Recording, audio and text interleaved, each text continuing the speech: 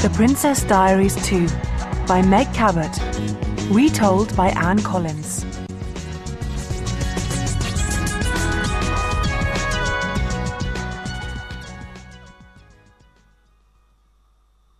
Chapter 1. The Private Diary of an Ordinary Teenager. My name is Mia Thermopolis, and this is my diary. Some things about my life are very ordinary. I'm 14 years old, and I live in New York City. I live in an apartment in Greenwich Village, on the west side of the city. I live with my mom, Helen, and my cat, Fat Louie. My mom is an artist. She paints pictures. I'm a freshman, a 9th grade student at Albert Einstein High School. My friends Tina Hakeem Baba, Shamika Taylor, Ling Su, and Lily Moskowitz are also in the 9th grade. Lily is my best friend. Other things about my life aren't ordinary at all. Last month, I heard some amazing news. I'm not just an ordinary teenager. I'm also a princess. I'm the Princess of Genovia. Genovia is a small country in Europe, near the border of France and Italy. My dad, Philippe Rinaldo, is the Prince of Genovia, and I'm his heir. When he dies, I'll become the ruler of Genovia. Every day after school finishes, I have princess classes with my dad's mother, Grand-Mère. Grand-Mère is the Dowager Princess of Genovia. She is teaching me to be a princess. Grand-Mère wears purple clothes and she smokes cigarettes all the time. She speaks French and wears lots of makeup. She is scary. Everyone is frightened of her. My mom and dad never got married, but they're still friends. Mom is dating my algebra teacher, Mr. Frank Giannini. She's going out with him. I'm happy for her. I like Mr. Giannini, but I don't like algebra. I'm flunking algebra. I fail every algebra test, so I have extra algebra classes. Sometimes Lily's brother, Michael, helps me with my algebra. I've got a crush on Michael. I love him, but he doesn't know about my feelings. I'd like to go out on a date with Michael. Monday, October 20th, 8 a.m. I've just had a big shock. I was eating breakfast when my mom came into the kitchen. She had just come out of the bathroom. Her face was very pale, and her hair looked terrible. "Are you sick, Mom?" I asked her. "Do you have a headache? Do you want some aspirin?" No, thanks," said my mom. Her voice was really weird. It sounded strange. I was very worried. "What's the problem, Mom?" I asked. "What's wrong?" "Mia, I'm pregnant," said my mom in a shocked voice. Suddenly, her eyes were full of tears, but she was smiling. "I'm going to have a baby." I can't believe it. My mom is having a baby, and its father is Mr. Giannini, my algebra teacher. My mom and dad weren't married when I was born. 14.5 years ago, Mom and Dad fell out of love with each other. My mom didn't want to marry my dad, so she became a single parent. She looked after me without anyone's help. I live with Mom in America, and my dad lives in Genovia. My dad sends us money each month. Why wasn't Mom more careful? She is an adult, but sometimes she behaves like a teenager. She doesn't think carefully, and now she's going to be a single parent again. My problems. 1. I'm the tallest girl in the freshman class. 2. I'm a freak. I look strange. I'm very thin and I have huge feet. 3. Last month, my mom started dating my algebra teacher. 4. Last month, my dad told me, "You are the Princess of Genovia." 5. I have princess classes with my scary grandmother. 6. In December, I must go on TV in Genovia. I have to introduce myself to the Genovian people. 7. I don't have a boyfriend. Algebra class. Mr. Giannini hasn't spoken to me about Mom's pregnancy. Maybe my mom hasn't told him about the baby. What will my new baby brother or baby sister look like? My mom is very beautiful. She has thick, black, curly hair. Mr. Giannini is tall and good-looking, and he's very smart. Maybe the baby will be smart too. But I want the baby to have my mom's nose. Mr. Giannini's nose is too long. English class. Mrs. Spears, our English teacher, has given us a new project. We have to write a diary. She wants to read our diaries and know more about us. But I write this diary every day. My mom gave me this diary about a month ago. She was worried about me. I never talked about my feelings. She wanted me to write down my feelings. I don't want Mrs. Spears to read this diary. My thoughts are private. I don't want Mrs. Spears to read my secrets. I'll have to start a different diary for Mrs. Spears. It'll be a fake diary. I won't write about my real feelings in the fake diary. Mrs. Spears wants us to write about ourselves at the beginning of our diaries. This is what I'll write for my introduction. English project. My Diary by Mia Thermopolis. Name. My full name is Princess Amelia Mignonette Grimaldi Thermopolis Ronaldo of Genovia. When people speak to me, they call me Your Highness. In America, I'm sometimes called Princess Mia. A month ago, everyone called me Mia or Amelia Thermopolis. My friends call me Mia. Age, 14. School grade, freshman, 9th grade. Description: I'm 5 feet and 9 inches tall. My eyes are gray and my feet are too large. My hair is short and very curly. The real color of my hair is light brown, but last month I went to a beauty salon. Paolo, the stylist, cut my hair and colored it blonde. I'm a vegetarian. I don't eat meat. Parents. My mother's name is Helen Thermopolis. She is an artist. My father's full name is Artur Christophe Philippe Gerard Grimaldi Ronaldo. He is the Prince of Genovia. Pets. Fat Louie, an orange and white cat. Fat Louie is 8 years old and he weighs 25 pounds. Best friend. Lily Moskowitz. Lily is very smart and she's interested in politics and ecology. She cares about people and what happens to the planet Earth. She makes films about the people of New York and their problems. She has her own TV show. Lily tells it like it is. Boyfriend. I don't have one. Address. 1005 Thompson Street, apartment 4A, New York. I've lived all my life in New York City with my mother, but every summer I go to France and visit my father.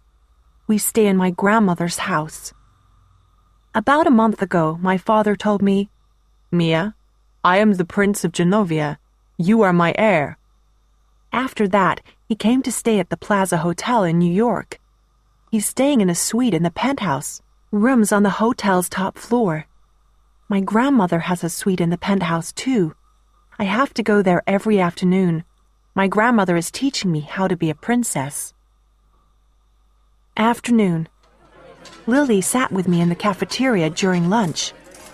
What's wrong, Mia? She asked. Something's wrong.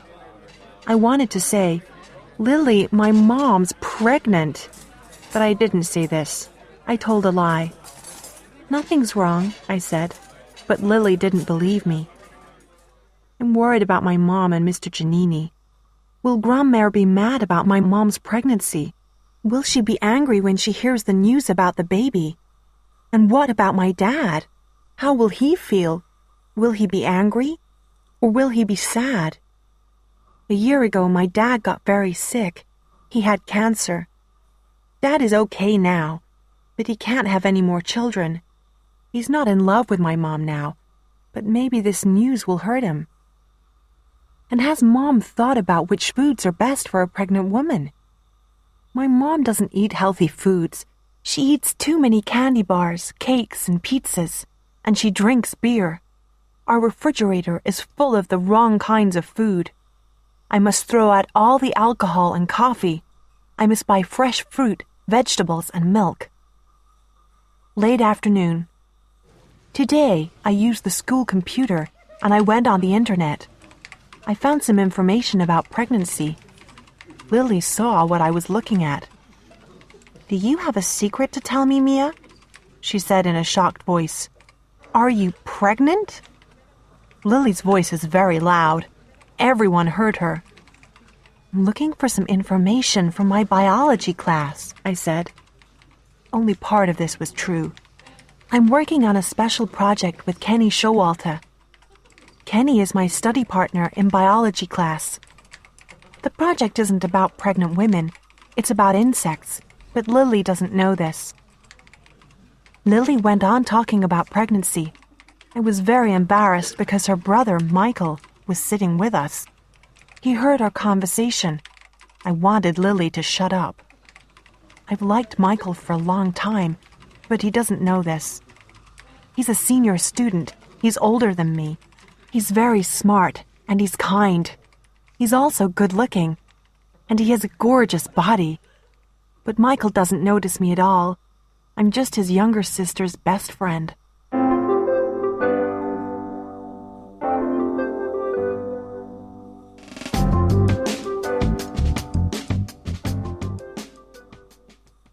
Chapter 2. Grandma's Surprise. Monday, October 20th, after school. When I got home, there was a phone message on the answering machine. Grandmère had called while we were out. "My plans have changed," she said in her message. "I was going away for a few days, but now I have decided to stay in New York. Call me back immediately, Amelia. I have a surprise for you." What is Grandmère's surprise? It's something horrible, I'm sure. I'm not going to call her back. If she calls again, I'll tell a lie. I'll say, "I didn't get your message. The answering machine didn't work properly." Early evening. Grandmère called again. "Come and have dinner with me and your father tonight at the Plaza Hotel," she said. "I'll tell you about your surprise then." My mom has invited Mr. Giannini to our apartment this evening. She's going to tell him about the baby. I will go to the plaza and have dinner with Dad and Grandmère. Late evening, 11 p.m. I now know all about Grandmère's surprise, and I don't like it. I'm going to be on a TV show called 24/7. Lots of people in America watch this show every week. 24/7 is very popular.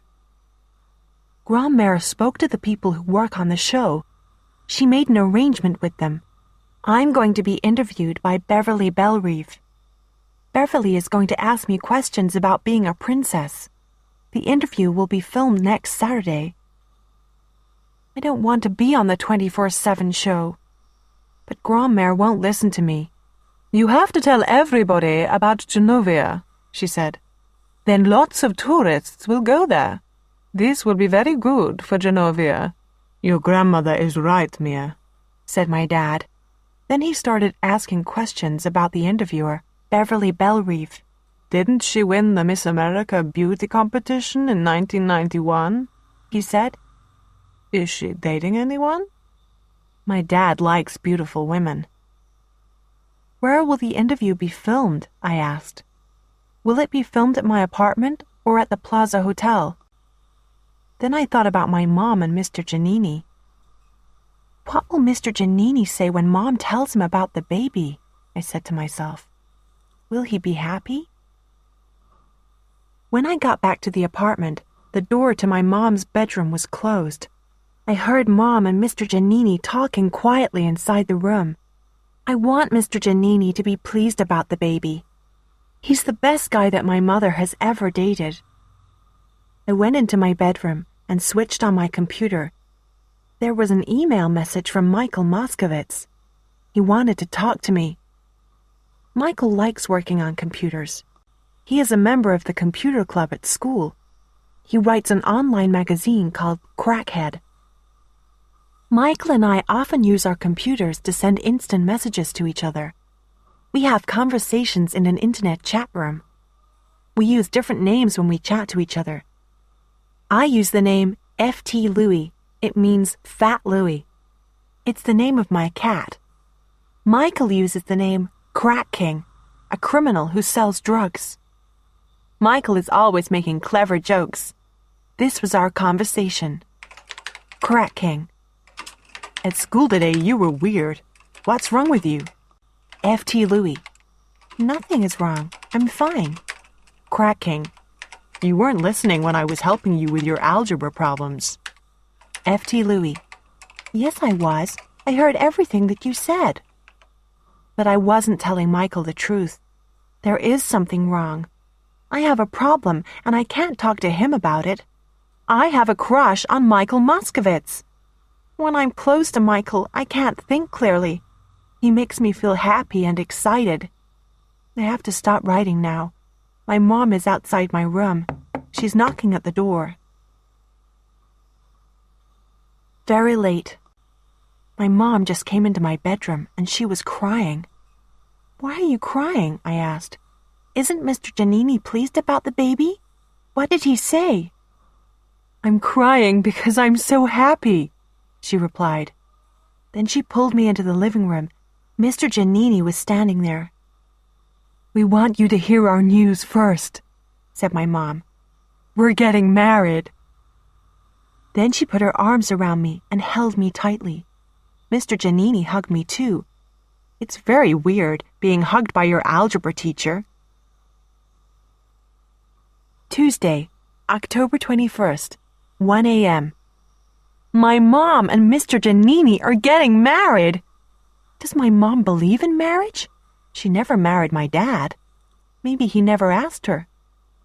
I've just realized something. If my mom marries Mr. Giannini, he'll live with us. He'll live here in this apartment.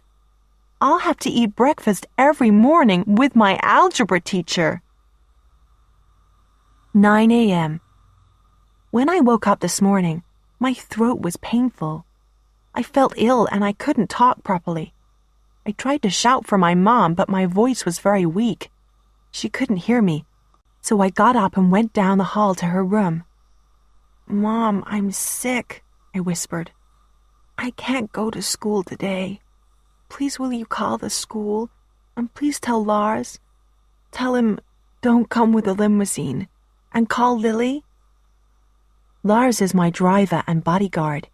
His job is to protect me because I'm a princess. He drives me to school every day in my dad's limousine. We always pick up Lily and take her to school too. Late morning. My mom usually goes to her art studio to paint, but today she stayed at home and looked after me.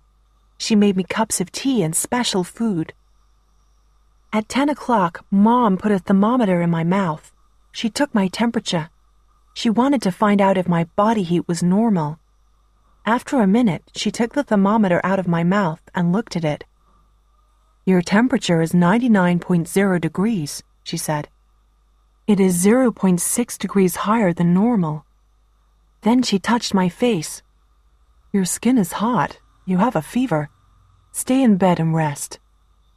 My temperature, 11:45 a.m., 99.2 degrees Fahrenheit.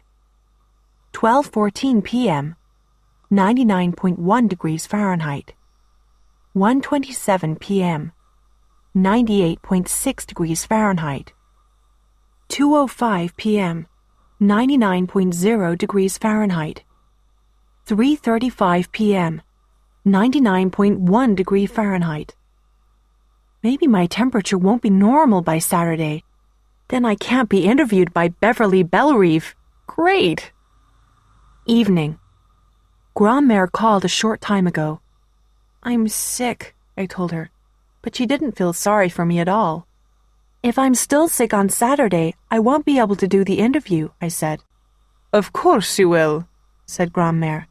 A princess must do her duties for her people, even if she is sick. Wednesday, October 22nd. When I woke up, my temperature was 102 degrees Fahrenheit. My mom called my dad. She asked him to take me to my doctor. So Lars and my dad came to the apartment in the limousine. We had to sit in the doctor's reception for about 10 minutes before the doctor examined me. My dad spent the 10 minutes talking to the doctor's pretty receptionist. The doctor looked inside my throat and felt my neck. "You have a throat infection," he said. Then he wrote a prescription for some medicine. "Take this," he said, giving me the piece of paper. "Go to a drugstore and buy this medicine. You must take the medicine 4 times each day. When your temperature is normal, you can go to school." As soon as I got home, I took some of the medicine. Then I went to bed. My temperature, 5:20 p.m., 99.3 degrees Fahrenheit. 6:45 p.m., 99.2 degrees Fahrenheit. 7:52 p.m., 99.1 degrees Fahrenheit. My temperature is starting to go down. I don't want to get better too quickly. If I'm better by Saturday, I'll have to do that stupid interview.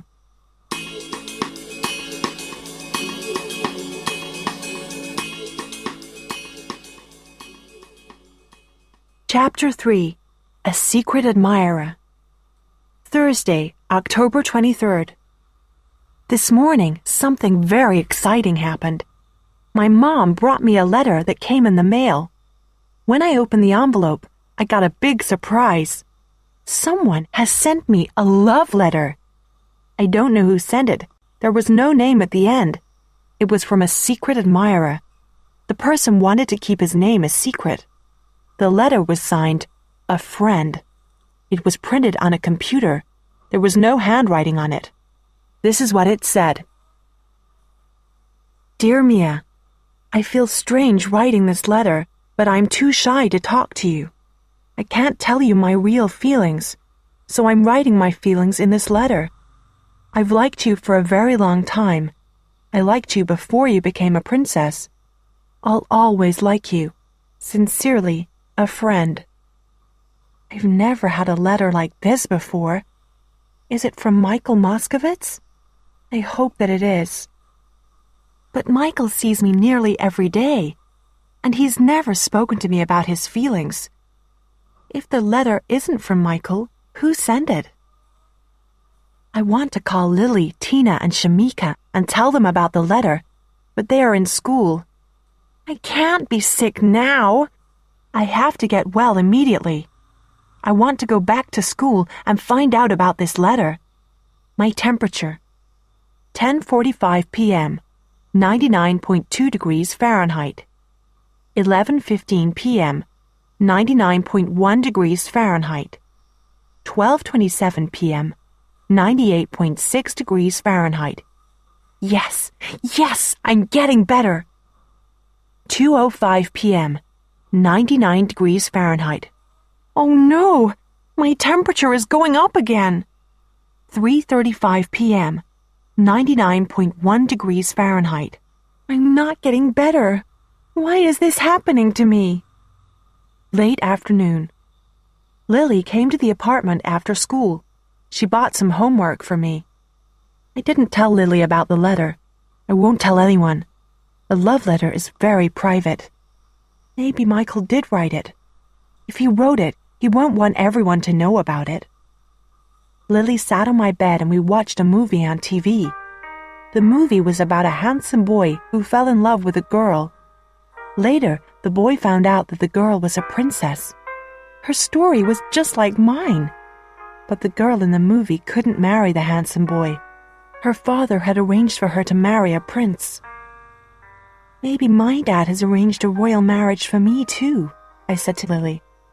So I can't fall in love with a handsome actor or your brother Michael. I'll have to marry someone like Prince William and live in Britain. Lily looked at me. Then she went into the living room. My father was sitting there reading a newspaper. He was looking after me for a few hours. My mom wasn't in the apartment. She didn't want to tell Dad about her marriage to Mr. Giannini or her pregnancy. She had gone shopping. "Mr. Ronaldo," I heard Lily say, "is Mia secretly engaged to be married? Is she going to be married to a prince or a millionaire?" "No, of course not," said my dad. Lily came back into my bedroom. "You're worried about falling in love with an actor. I understand that," she said. "But why did you talk about love and my brother Michael?" Immediately, I realized my mistake. I don't want Lily to know my feelings about her brother. I didn't answer her question. Evening. After dinner, I switched on my computer and read my email. Lots of my friends had sent me messages. There was a message from Tina Hakim Baba. "Get well soon," she said. Another friend, Shamika, sent me an invitation to her party. Michael had sent a message too. It was a little film with a cat in it, a cat like Fat Louie. The cat was dancing, and it was really cute. Michael had signed the message, "Love, Michael." Did Michael send me the love letter on Thursday? Is he the shy friend? I don't know. The word love wasn't in that letter. The sender of the letter, a friend, used the word liked, and he signed it sincerely. Then I saw another email. I didn't recognize the email address. It was from someone using the name Joe Crocs. Who is Joe Crocs? Is he the person who sent the love letter? Is he my secret admirer? Is he the boy who likes me? This was the message. Joe Crocs, I hope to see you in class today. Then I heard about your throat infection. Are you feeling better? Did you get my letter? Get well soon. Your friend. Joe Crocs is my secret admirer. But who is he? He wanted to see me in class, so we must take a class together. But there is no one in any of my classes with the name Joe. Maybe Joe Crocs isn't his real name. I looked at the name and thought for a few minutes. Then I understood. Joe Crocs. Josie Rocks. Josie Rocks. Josie Rocks. Josie is the name of my favorite character, Josie, in the TV show Josie and the Pussycats. Josie Rocks means Josie is cool. This person is saying Josie is cool. This person must know me well. I replied immediately. F.T. Louie. Dear friend, I got your letter. Thank you very much. Who are you? I won't tell anyone. Please tell me. I'll keep your secret. I waited for about half an hour, but Josie Rocks didn't write back. Friday, October 24th. Algebra class. I am better. My temperature is normal now, so I went to school. Lars drove me in the limousine, and we picked up Lily outside her apartment. Michael was with her. When we got to school, Michael walked with me to my class. I felt very happy. Lily's boyfriend, Boris Pelkowski, meets her outside school every morning and walks with her to class. Afternoon. My list of things to do. 1. Stop thinking so much about Josie Rocks. 2. Stop thinking so much about Michael Moskovitz. 3. Stop thinking about my mom and her pregnancy. 4. Stop thinking about my TV interview tomorrow. 5. Stop thinking about Grandmère. 6. Stop biting my fingernails. 7. Work harder in my algebra class. Evening. Homework. English project. I have to write in my school diary. I have to write 200 words with the title, Describe a Special Experience That Changed Your Life. What can I write about? A month ago, my father told me who I was. I'm a princess. I'm heir to the throne of Genovia. My life changed then. Maybe I'll write about that. Kenny Showalter, my partner in biology class, had a very special experience last year. Last summer, Kenny visited India with his family. While he was there, he got very sick. He nearly died. That experience changed me, said Kenny. Now I want to help people who are sick and dying. I've never had any experiences like that. My experiences aren't special at all.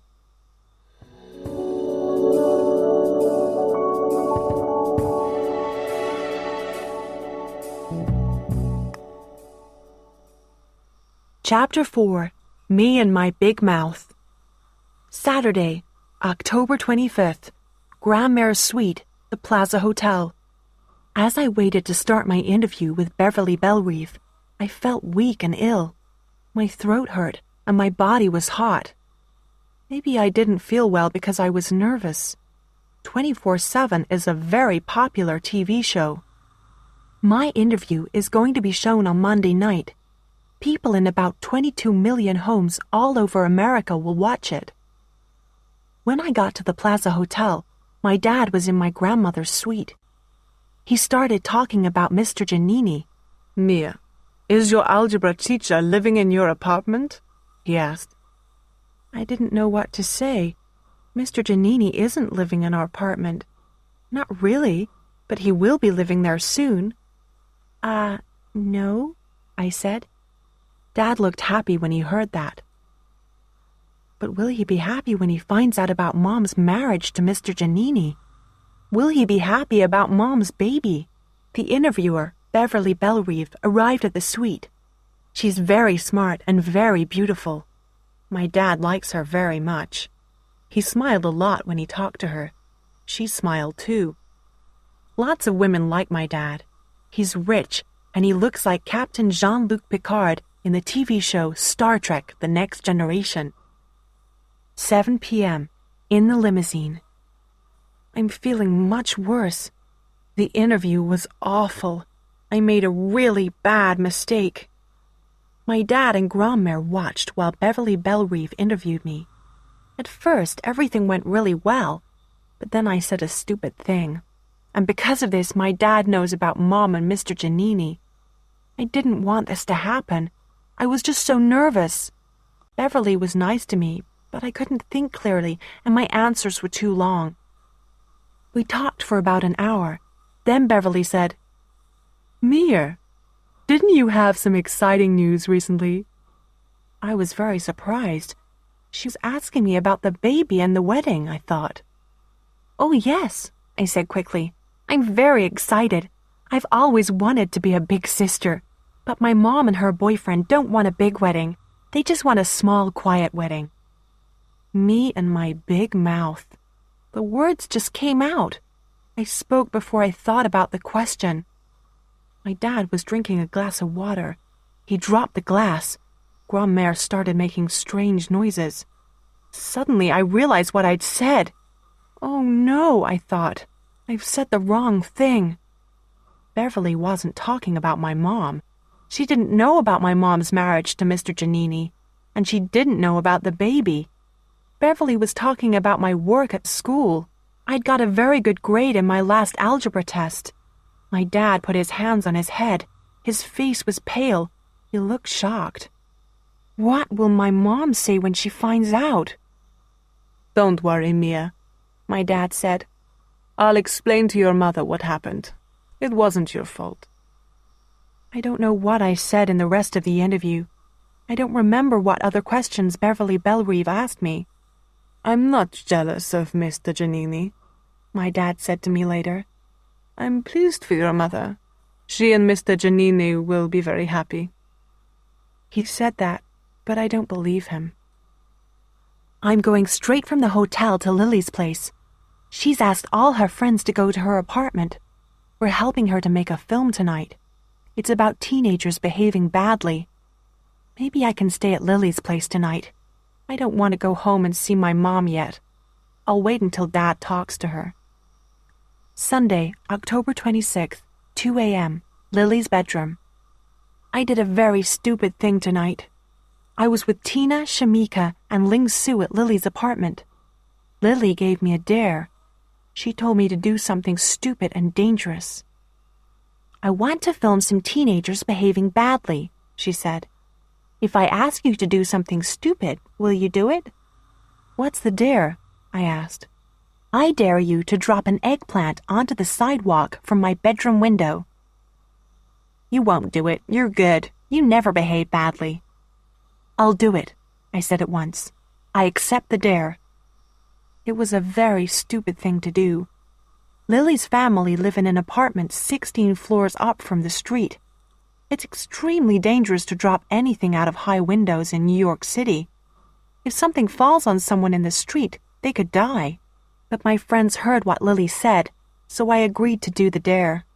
I went into Lily's kitchen and found an eggplant. Then I went back to Lily's bedroom. Lily turned on her video camera and started filming. I opened the window and dropped the eggplant. The huge purple vegetable fell down and down. Then, splat! It hit the sidewalk. The soft eggplant exploded. Pieces of it went everywhere. Many pieces hit a bus and a Jaguar car. I leaned out of the window. I saw a man get out of the Jaguar. He looked up at Lily's apartment building. He was trying to see which floor the eggplant came from. Suddenly, someone pulled me back. It was Michael, Lily's brother. "Get down," he said. We all got down on the floor at once. Me, Lily, Michael, Shamika, Ling Su, and Tina. I was surprised to see Michael in the apartment. I thought that he was out with his friends from the computer club. "That was really stupid," Michael said. "It's against the law to drop things out of windows in New York City. You could kill someone." "Oh, don't be silly, Michael," said Lily, laughing. "It was only a vegetable." "I'm not joking, Lily," said Michael angrily. "I'm very serious. If anyone saw Mia do that, she'll be in big trouble. Maybe the police will arrest her. You mustn't keep that film, Lily. No one must see the Princess of Genovia behaving so badly." I was very pleased. Michael was trying to help me. Maybe he didn't write the love letter, but he does care about me a little.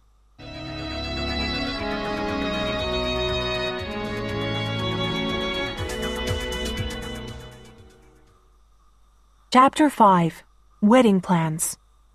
Sunday, October 26th, 7 p.m. I was worried. I told the secret about my mom and Mr. Giannini.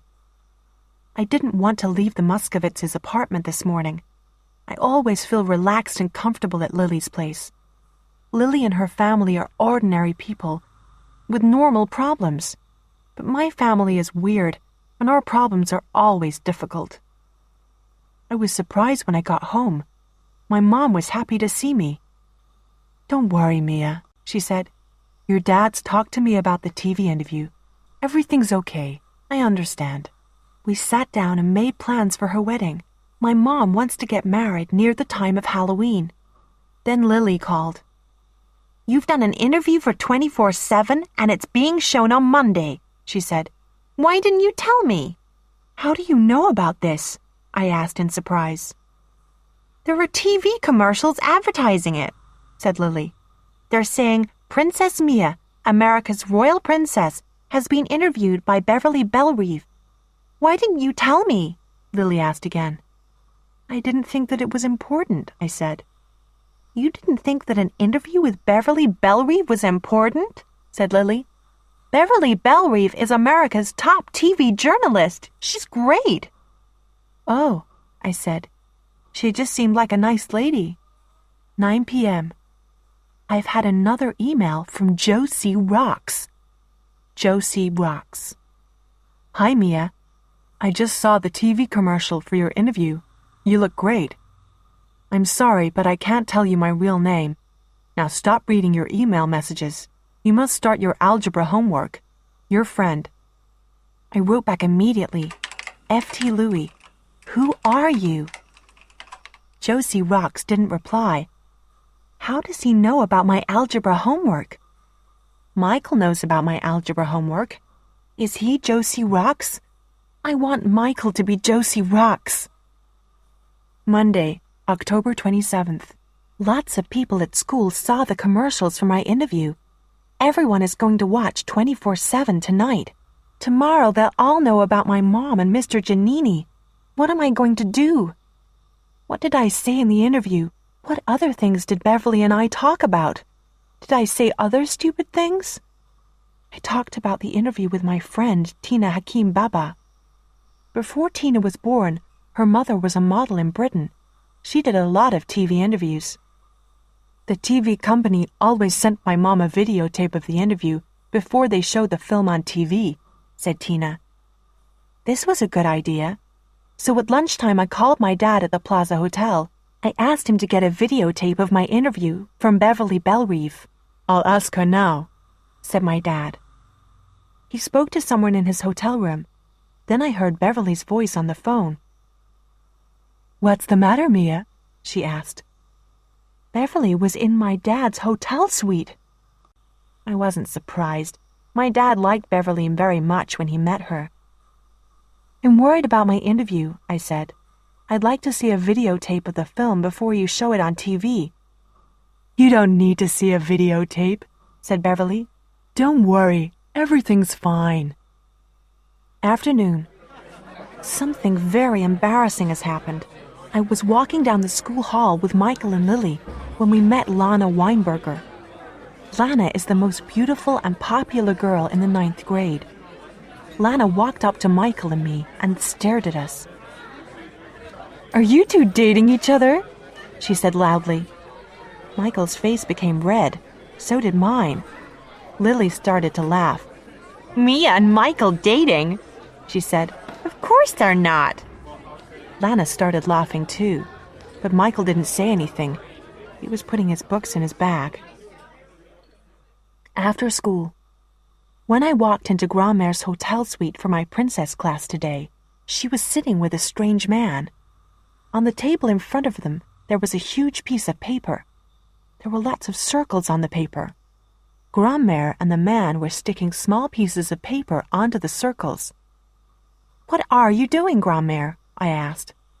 Oh, Emilia, this is Vigo, said Grandmère, pointing to the man. He's come here from Genovia. He plans all the important events in Genovia. He's helping me to plan your mother's wedding. Grandmère, I said, can I talk to you privately for a moment, please? No, said Grandmère. If you have anything to say, you can say it to Vigo, too. Vigo jumped up from his chair and rushed over to me. He was very short, and he spoke excitedly. I'm delighted to meet you, Your Highness, he said. It's nice to meet you, too, I said. But my mom and Mr. Giannini want a small, quiet wedding. I'm sure of that. Nonsense, said Grandmère. Emilia, you are a member of the Genovian royal family. One day you'll be the ruler of Genovia. Your mother must have a big wedding. The marriage will take place in the white and gold room here at the plaza. Then there will be a party in the grand ballroom. Grandmère, I said. Mom and Mr. Giannini don't want a big wedding and a large party. Why not? Said Grandmère in a surprised voice. Your father is paying for everything, of course. Maybe I'll call Dad about this, I said. You can't, said Grandmère. He's gone away with his new girlfriend. She's that interviewer, Beverly Bellerive. Now look, Emilia, this will be your mother's wedding dress. She held up a picture of a dress with a huge skirt. It was the kind of dress that my mom hates. Grandmère, I said, you are working very hard, but my mom really doesn't want a big wedding. Grandmère didn't listen to me. Tell Emilia about the food for the wedding, she said to Vigo. Vigo started describing the food. Then he described the music. After that, Grandmère and Vigo showed me the white and gold wedding invitations. I looked at the date on the invitations. It said Saturday, November 1st. Wait a minute, I said. Is the wedding this Saturday? That's in less than a week. Yes, said Grandmère. What if the guests are busy? What if they have other plans for that day? The wedding has to be soon, said Vigo. Your mother must be married quickly. In a few weeks her pregnancy will show. Grandmère has even told Vigo about my mom's baby. That's great. That's really great.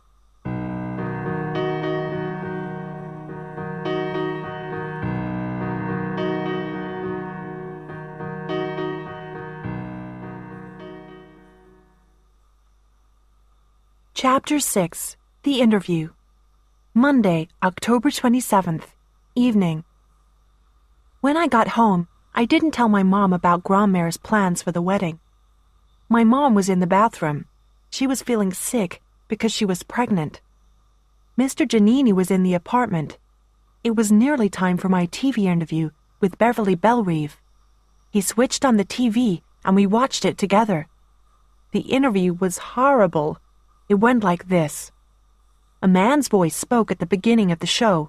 He was the announcer. Voice. It is Monday, the 27th of October.